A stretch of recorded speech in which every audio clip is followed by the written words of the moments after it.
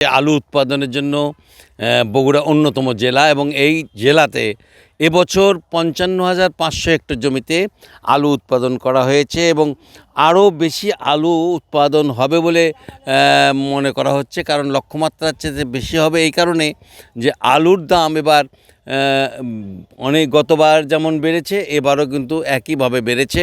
অর্থাৎ আলু এখন আর নিম্নবিত্ত কিংবা মধ্যবিত্তর জন্য আলু এখন আর কিনতে পারে না তারা। কারণ এই আলুটা এখন বলতে পারেন বিত্তবানদের জন্যই, কারণ ৭০ টাকা ৮০ টাকা কেজি আলু সবাই কিনতে পারে না।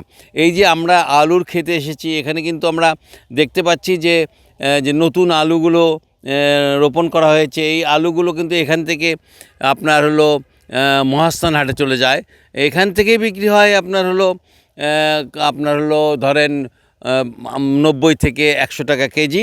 মহাস্থান হাটে গিয়ে সেটা হয়তো ১২০ টাকা কেজি। তারপর সেটা আবার বগুড়ার বিভিন্ন বাজারে গিয়ে বিক্রি হয়, দেখা যায় যে ১৪০ থেকে ১৫০ টাকা কেজি। রিগেল এম্পোরিয়াম হানিবার্ড অফারে জিতে নিতে পারেন ইন্দোনেশিয়ার বালিতে স্বপ্নের হানিমুন। এই যে হাত বদল, এই আলুর হাত বদলের কারণেই কিন্তু আলু দাম বৃদ্ধি পায়।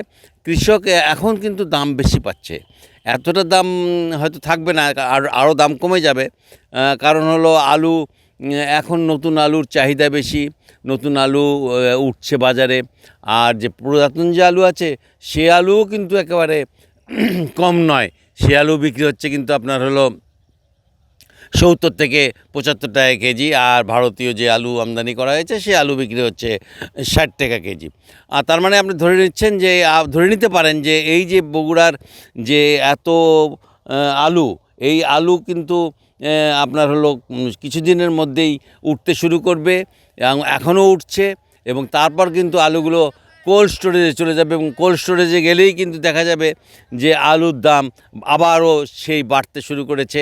গত ২ বছর থেকে যা শুরু হয়েছে, আলু ওঠার পরই আলুগুলোকে কোল্ড স্টোরেজে নেওয়া হচ্ছে এবং কোল্ড স্টোরেজে নিয়ে সেখানে থেকে আলুর দাম তারা বেশি দামে বিক্রি করছে। এখন হয়তো আলু আমরা যেটা পাচ্ছি এর কয়েকদিন পর আলুর দাম আরও একটু কমবে এবং কমলে সেটা বলতে পারেন যে হাতের নাগালের মধ্যে চলে আসবে এবং সেটা দেখা যাবে হয়তো ৪০-৪২ কি ৪০-৫০ টাকার মধ্যেই পাবেন। তবে এখন যে আলু আছে সেই আলুর দাম কিন্তু নতুন আলুর দাম বিক্রি হচ্ছে কিন্তু এখানে ৯০ টাকা, কিন্তু বাজারে সেটা যে বিক্রি হচ্ছে হলো ১৪০ টাকা। মোটামুটি এই ছিল আমার কাছে সর্বশেষ সংবাদ।